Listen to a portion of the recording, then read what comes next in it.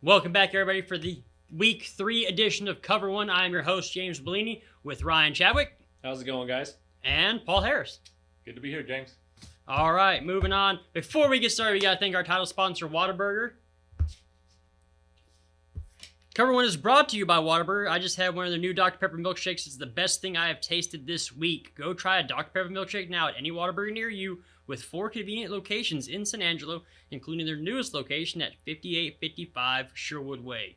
It does change your life. All right, Chadwick, we got to talk about Central real quick. Came up short last week. They were up 14-0. Then they fell behind by, 35 points? And then 31 points unanswered. Talk about it. So the Bobcats shot themselves in the foot time and time again last week with turnovers, penalties, and just kind of boneheaded moves. Special teams didn't look great. Amarillo High was able to block a punt and score a touchdown off of that. Not to mention, right at the end of the half, the Bobcats allowed a touchdown, committed a personal foul on the extra point, which set up an onside kick and allowed Amarillo High to basically get the Bobcats' first possession in the second half at the Bobcats' 30-yard line. So none of that spoke to a good, and you can't win games like that. And not to mention, English had 3 picks plus the special teams fumble. So 4 turnovers and the rest, it's just not conducive to winning a football game.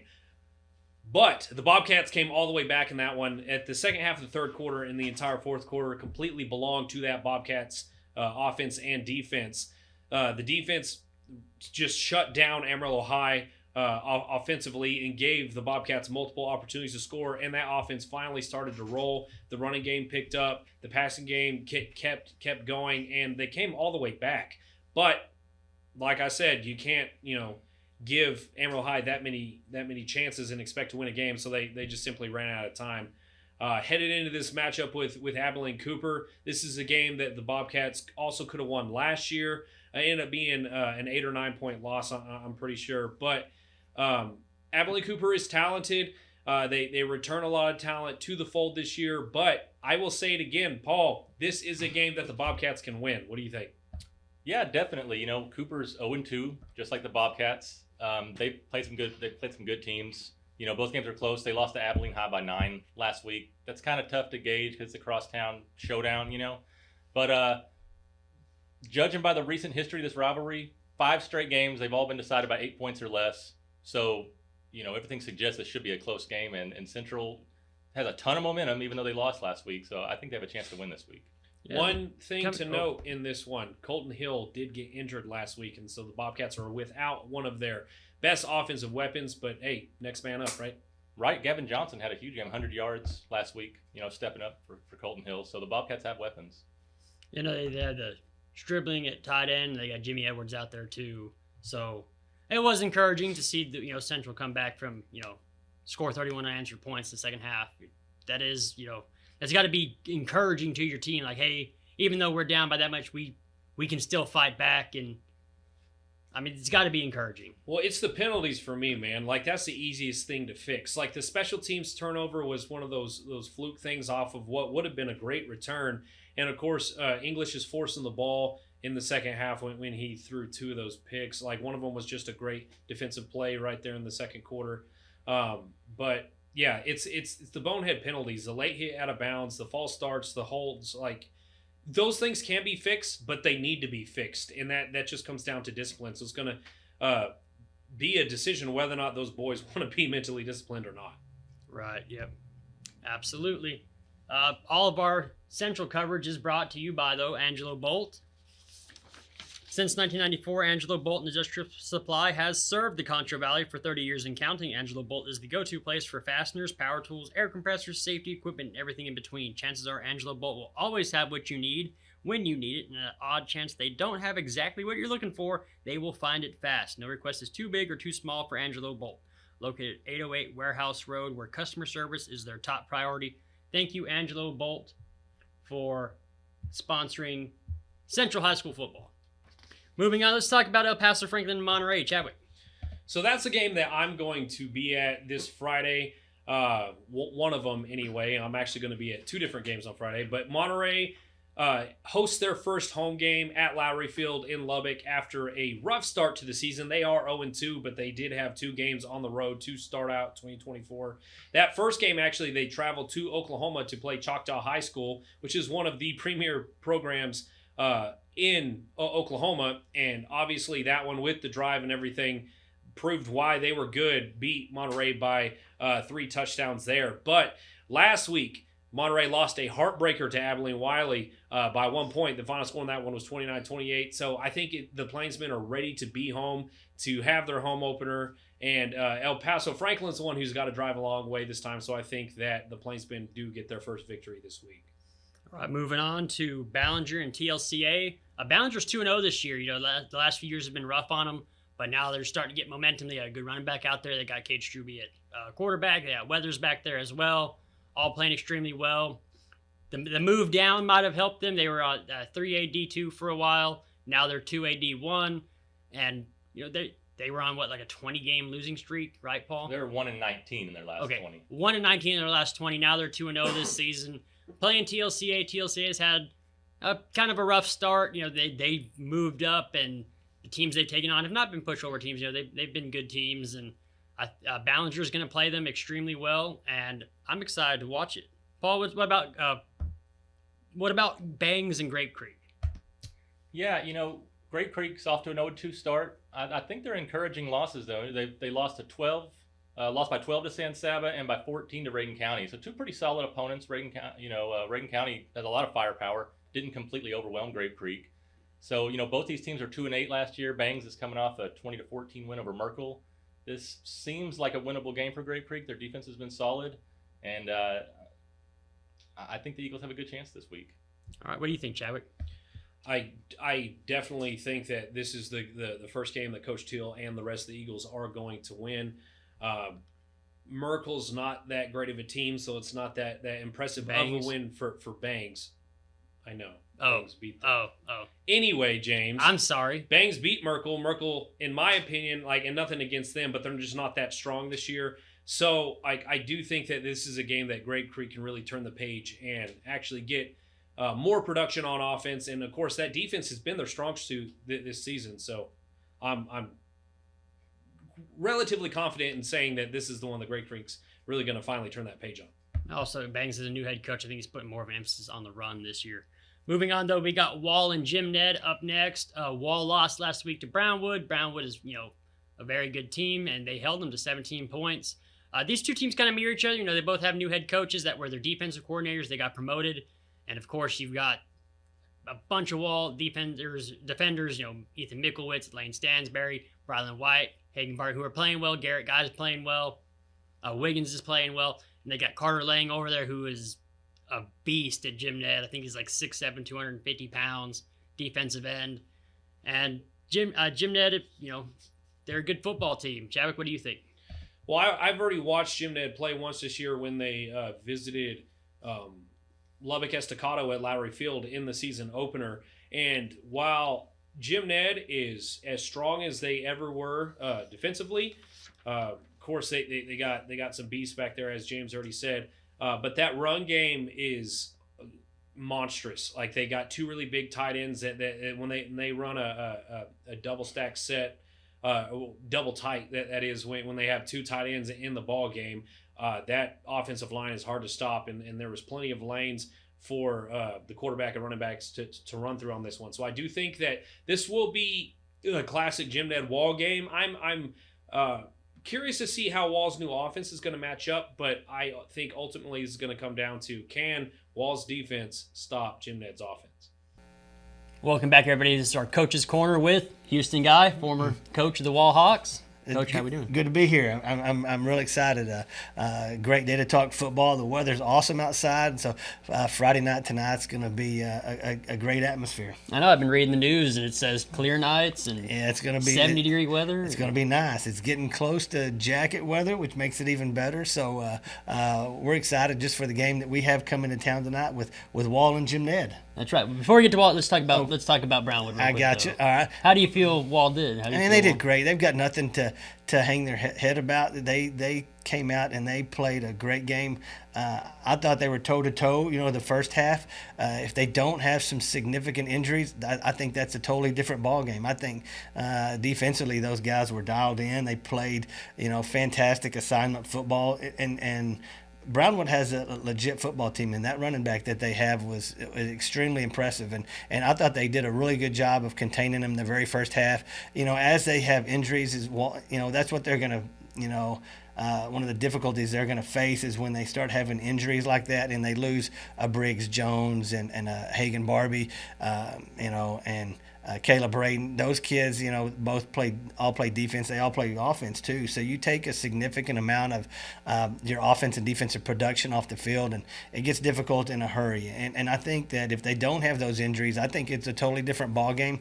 I think our kids came out. They were not intimidated. They played from the very beginning like they were supposed to be there. And if the injury bug goes the other way, I think they come out with a victory. All right, man. No, Brownwood's they're a bigger school. They are. They got more kids over them. So that's what we talked about last week. Was they had the depth. They on their did. side. We talked about that last week where Wall doesn't really usually face a team that has the equivalent of the same type of depth that they do, and when you start having injuries like that, that depth comes into plays a big factor. And so I think that Wall has nothing to hang their head about and be ashamed. I thought they did a fantastic job. I know their community was extremely proud of the way they played and represented the Wall community. All right. Now we got Jim Ned, the Wall of Abilene. Jim Ned come to town. Yeah. New head coach. Their defensive coordinator got promoted. Yeah, this is going to be a good game. This has been a rivalry for a long time. Wall and Jim Ned have battled it out over the past probably 15 years, and it's one of those things where you're going to kind of get to see where we are defensively, because they are going to be a team that grinds it out. They're going to do it with big offensive linemen, powerful running backs. They've got a quarterback in Gray Beasley who he played against us last year for a little bit, ended up getting hurt in the ball game. But he's a very impressive young man. He's a guy that he can throw the RPO, he can run the ball himself, he can hand it off. He's going to control that offense, and they're very, very set on running the ball. And so I think that Wall, to me, Walls, they can hang their hat on their defense, and that's what we've done in the past probably several years. And they're going to.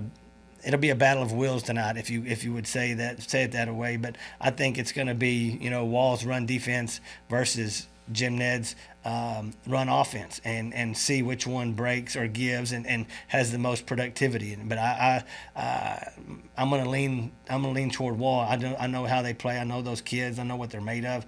So I really look for big things tonight from Wall. Offensively, when you lose a kid like Barbie, you're gonna have to start leaning on some of those other players. You gotta lean on a player like Thomas Hurtado, Thomas Leonis, not Hurtado, Thomas Leonis at running back. And Thomas has split time with Hagan Barbie, and he's going to do a fantastic job. He's coming in, and he'll get a lot of touches tonight. He'll run behind a healthier offensive line than they had last week. I think they get they'll get one of their offensive linemen back. That's right. And so that'll shore up their run game. That'll help them with the run game. And so when they're hitting on all cylinders, I think they're going to be hard to stop offensively. Right. And let's talk about Jim Ned's big defensive player out there. Big time player, and just a big 6'7", 250 pounds, Carter Lang. How do you think they contain him? It's one of those things. I think they'll double team him a lot. And try to get him off his game as much as you can. Try to hit him from different angles. Trap him a little bit, counter. Run the counter at him. Try to kick him out, log him sometimes. Just give him some different looks.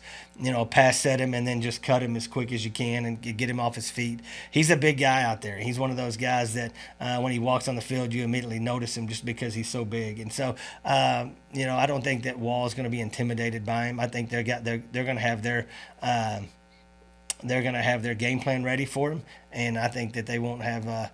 He'll get plays. Those kind of players are going to get their place. But I think they'll do a good job of containing them defensively and not let them and just wreck shop over there. All right. So, you got a score prediction for tonight? I'm going to say 28-14. Wall. I know, man. We've had some low score. We had 3-0 one year, and then 17-14. Yeah, 17-14 overtime loss. I'm gonna say Wall's gonna start separating themselves at this point in time. All right. Yeah, so, and I wouldn't rush Hagan, Barbie, and Briggs Jones back. I would. When you got those guys are like that, you need them. For the deep playoff runs, you don't want to lose them right now. And those coaches are going to take care of those athletes. Those coaches do a good job of listening to their trainers and the doctors, and they'll all come together and come up with a answer for when those guys can come back. And so when they do that, those guys will be ready to come back, but they're not going to rush them back. And those guys will, the doctors that are treating them are going to take good care of them and give them the right treatment to get them back as fast as they can. So we look forward when those guys and we can have a healthy, Wallhawk football team back on the field. Yeah, no, I mean, and it also gives you a chance to see what else you've got, behind those guys, using that depth you've got. That's right. Some of those kids that don't get a chance to play very often, get a chance to come out there, and you'll see kids step up and shine, and you'll find that diamond in the rough that you've kind of been missing because he hadn't been getting a lot of reps. You'll find that kid because he will step up, and it'll be one of those things where we got to get this kid on the field a lot more. And so it's one of those things where if you've got the depth, the injuries don't seem to affect you near as bad. All right. Well, anything else surprised you last week? Any other games you think of? Oh gosh, not off the top of my head. There were so many games that we kind of looked at the scores and kind of kept up with. I'm anxious to see how Brownwood does tonight versus Glenrose. Right. That's going to be a good ball game. Glenrose is a good ball club, but I'm anxious to see how Brownwood really stacks up and kind of measure where we were with Brownwood, with how Brownwood measures with a good and talented Glenrose team. Man, one team that's kind of surprised they moved down, Ballinger. They're 2-0 this year. Yeah, Ty's doing a good job over there. Super excited for those guys. And the atmosphere in Ballinger is probably a lot more electric than it has been. It's been a long time since they've been 2-0, and so hats off to Ty and the job that he's doing over there. We're super proud of those guys. They did a fantastic job last week, and hopefully they'll get another one this week. Well, they're playing TLCA this week.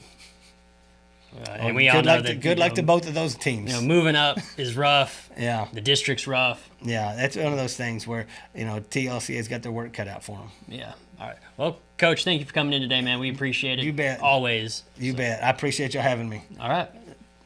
Back to the studio.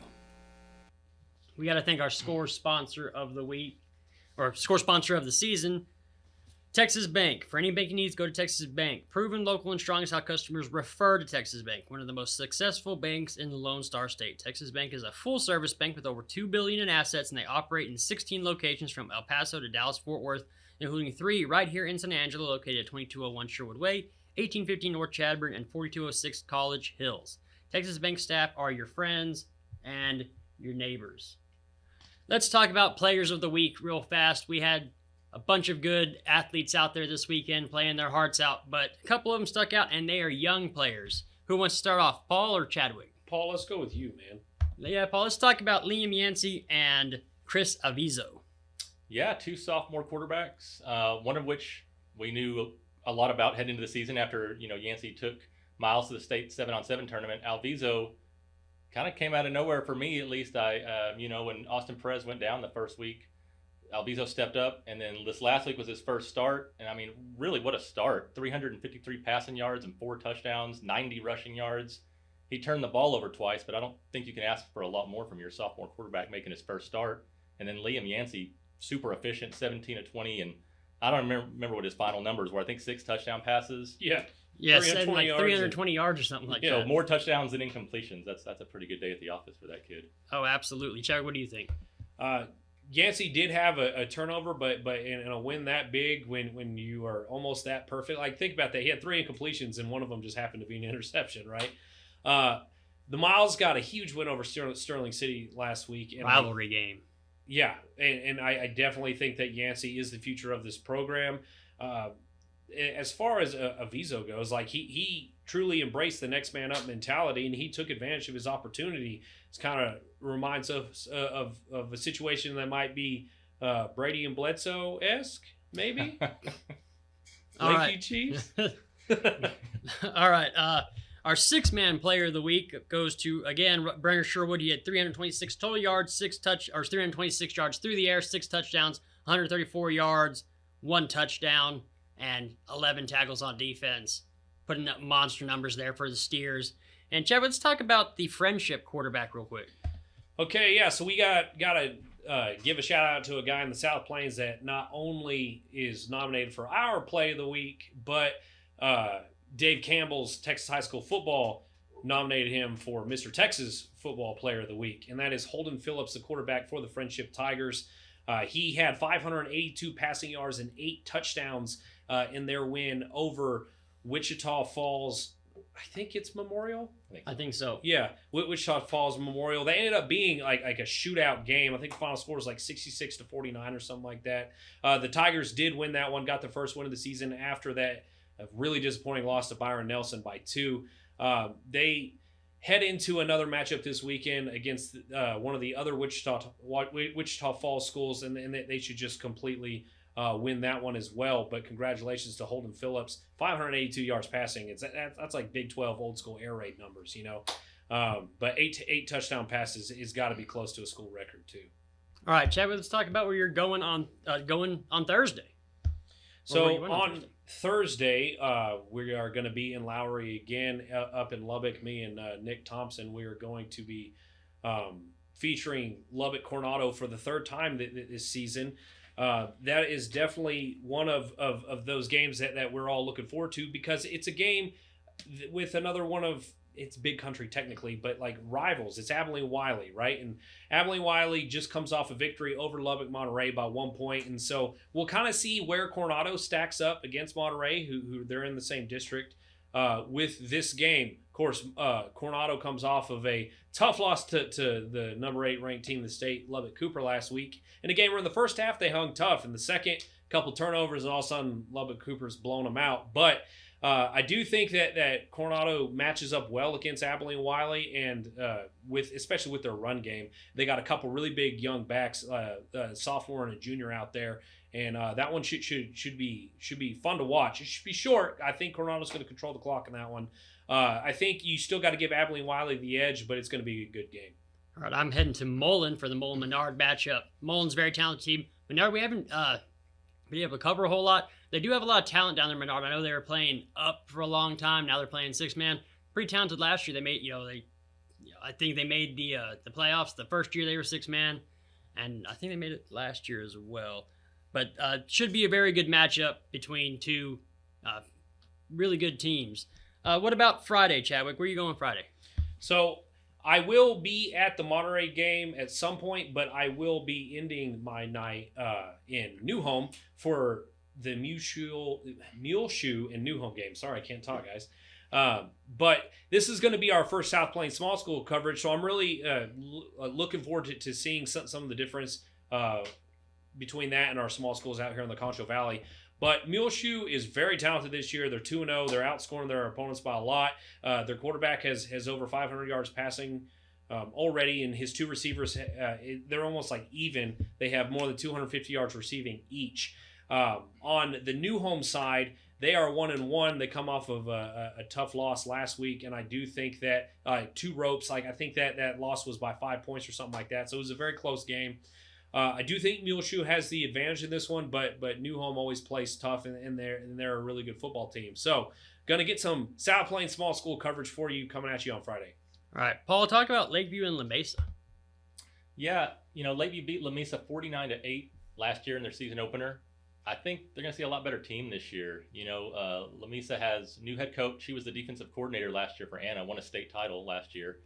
His son's a freshman quarterback. He's putting up some pretty big numbers, already thrown for 8 touchdowns. Their defense has given up a ton of points, so this could be a potential shootout. I think Lakeview has been knocking on the door. I think this is a game that they'll get their first win this week, but La Mesa is going to give them a tough challenge, I feel like. All right, and then we're going to talk about Sonora and El Dorado. El Dorado's playing lights out right now. They lost to Ozona last week, two talented teams going at it. Sonora is 0-2. They lost to Johnson City last week, 36-35. Very talented team there in Sonora, though. They have a lot of speed, but they're probably still just trying to figure, some things out. You don't lose as much as they lost and not have a few bumps in the road. But El Dorado, new head coach. I think he's a defensive guy, got promoted. They are very, very good. Hernandez is playing very well. And, that it should be another really, really good matchup. And before we move on, we have to thank a sponsor real fast. So It's our giant tag sale. Giant tags plus hell means one thing: giant tag hail sale prices. Right now, during our giant tag hail sale, you can get a brand new 2024 Ford Explorer XLT for just $32,977. But hurry, these are selling fast. Our giant tag hail sale at Jim Bass Cars and Trucks, Houston Hart at Arden Road, or shop 24/7 at bassbunch.com. all right, coming back, we have our college football segment here coming up. Chadwick, talk about it. All right, so of course we're going to be talking about our West Texas college football teams this week in the Texas Tech Red Raiders and Angelo State Rams. First off, we got the Texas Tech Red Raiders come off I want to call it embarrassing, but it kind of was an embarrassing loss against Washington State on the road last week in a game where the Red Raiders turned the ball over 4 times and were 1 for 5 on fourth downs. They had 10 penalties for 80 yards and just honestly had a pretty abysmal performance on offense all night. If you look at it from the end result, like they still put up massive numbers. Like Baron Morton still threw for over 350 yards, and even their top receiver, he had 9 catches for 95 yards, and Josh Kelly both lead the Big 12. Baron Morton's 4th place in all of D1 football right now in passing yards, while Josh Kelly leads the nation in catches at 19. Ended up losing that one 37-16. I'm not a happy guy whenever the Red Raiders lose like that. But this weekend they host North Texas. It's going to be at AT&T Stadium at the Jones at 11 a.m. on Saturday. Now, North Texas is pretty much a carbon copy of what Washington State does offensively. They all have their roots in Mike Leach's air raid. Eric Morris, another former Texas Tech receiver, is on the coaching staff there. And they're going to throw the ball a lot, just like Abilene Christian did, just like Washington State did, and they're going to score a lot if Tech isn't ready for them. Offensively, hopefully Texas Tech has Taj Brooks back. He missed last week against Washington State with an unspecified arm injury. That was a last-minute scratch, and that really affected how the Red Raiders looked on offense. But like I said, don't turn the ball over. Don't have stupid false starts and holding calls, and Texas Tech should win this game. The Red Raiders have a lot to answer this weekend for the fans, and so like a big win would be helpful, but just a solid offensive performance would go a long way. All right, we're also talking about this is the San Angelo State Rams home opener. They're playing Eastern New Mexico here at home. Paul, you want to talk about it? Yeah, it was Rams will be happy to be home. It was another tough road trip last week. They lost 17-12 to Emporia State. They only scored 7 points the first week and just 12 points last week. So the offense has been struggling. Last week they had 368 yards of offense, I believe, and only managed 4 field goals. So strides on offense, but still not, just not able to punch it in. Defense played well, and so there's something to build on there with the defense and the fact that they moved the ball. They just couldn't get in the end zone. Eastern New Mexico, always a tricky opponent. They're a triple option team. Over the years, they've been able to kind of surprise some teams and maybe win some games that they're underdogs in. But if the Rams can play disciplined defense this week, which I feel like they will, and the offense can get it going, it's a good chance for them to get their first win. All I got to say, Paul, is if the offense keeps on with the low production as it is, could we see some Tyler Hill? That's an exciting prospect. The quarterbacks have struggled. I believe Tyler Hill is just a freshman still. Is that right? Yeah. He redshirted last year. Okay. He got a handful of snaps in the first game. I don't think he saw any action last week. He could be an exciting spark. We'll see what happens. I don't know that would be great if the quarterback play is that bad that they end up having to go with a redshirt freshman they weren't expecting to. But Tyler Hill's done some amazing things, so it'd be fun to see what he could do. Chadwick was so excited to bring up Tyler Hill. He's dropping stuff over there. I mean, I want to see the guy play again. All right, like I enjoyed his time at Central. So He's not a Bobcat anymore, Chadwick. He's a Ram now. hey, Always a Bobcat. once a Bobcat, always a Bobcat. James. All right, before we move any further, though, we got to talk about the Arclight Bar and Grill. San Angelo's newest and finest sports bar is inside the Clarion Hotel, located at 441 Rio Concho Drive, and it is called the Arclight Bar and Grill. Enjoy the NFL and your favorite college teams like Texas Tech, Texas Average or Mediocre, Texas A&M, and the Texas Longhorns. We are the only place in San Angelo with a 12-foot by 7-foot video wall dedicated to football, especially Texas football, like the Dallas Cowboys. Located inside the Clarion Hotel at 441 Rio Concho Drive, the Arclight Bar and Grill. Nobody tell Joe I took shots at Texas A&M. Oh, you know he's going to be watching this show. Yeah, he's going to hear all about it too. All right. Final thoughts, Chadwick. Let's talk about it real quick. All right, so my final thought today is going to be talking about the number 18 ranked 5A team in the state, Lubbock Cooper Pirates. Go on, technically on the road to a neutral site. It's not an away game or a home game, but they're going to be playing Amarillo Tascosa in Canyon at West Texas A&M University. That should be a high-flying matchup. That could be a potential playoff matchup in the future.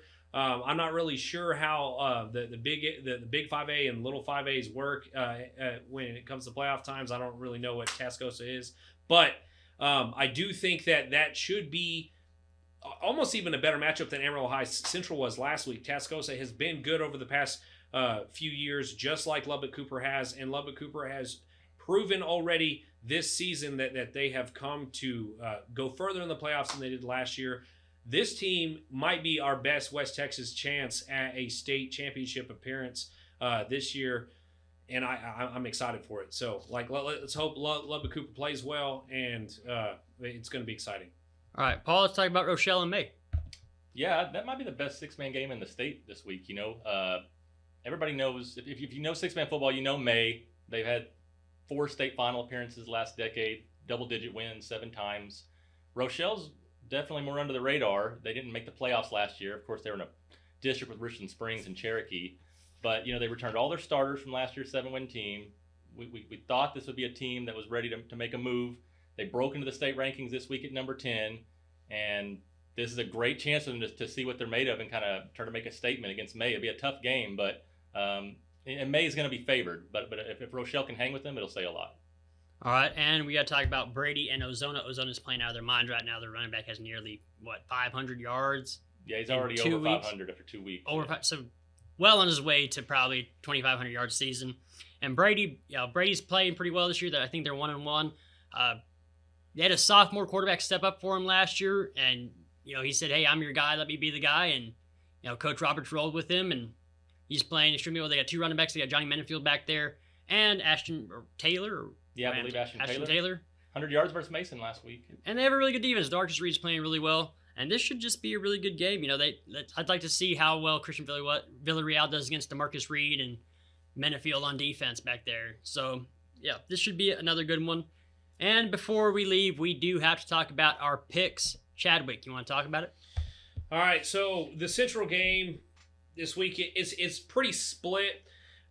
Me, Nick, Lucas, and Scott are all going Central. The rest of the losers are going Cooper.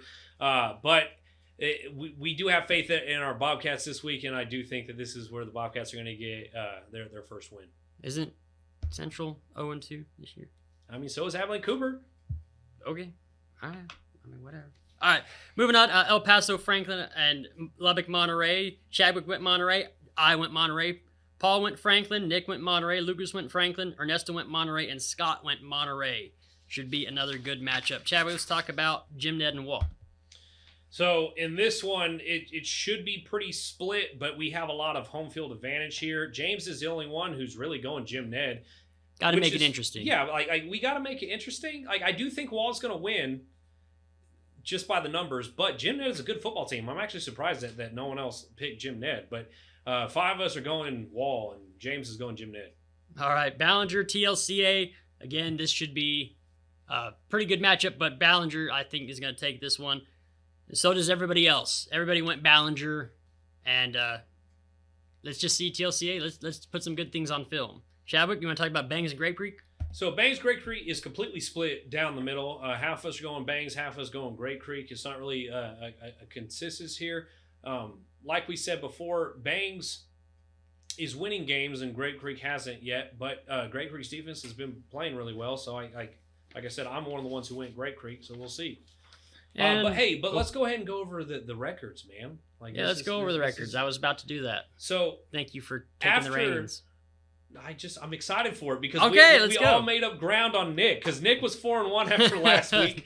But after some brilliant picking by Paul, James, and myself, we are now tied with Nick at 6-4. We still can't do better than 3-2, I guess, guys. But we're all 6-4 now. Poor Ernesto, he went 0-5 last week. It's really a talent to completely pick wrong. It's almost like, what's more impressive, Paul? Picking all right or all wrong? I guess picking all wrong is pretty impressive, because then you get to anger all the other fan bases as well too, So yeah, poor Ernesto's 1-9 on the season, and then of course Scott's an even 500. He's at 5-5. But I don't know. This is fun. I love having the picks segment, and it's fun to compete in this office. Oh, absolutely. We always make fun of each other and never take life too seriously up here. But this has been Cover 1 for Week 3, the pregame show. Come stop by for the halftime scores update and the postgame show. For Ryan Chadwick and Paul Harris, I'm James Bellini, and we'll see you later.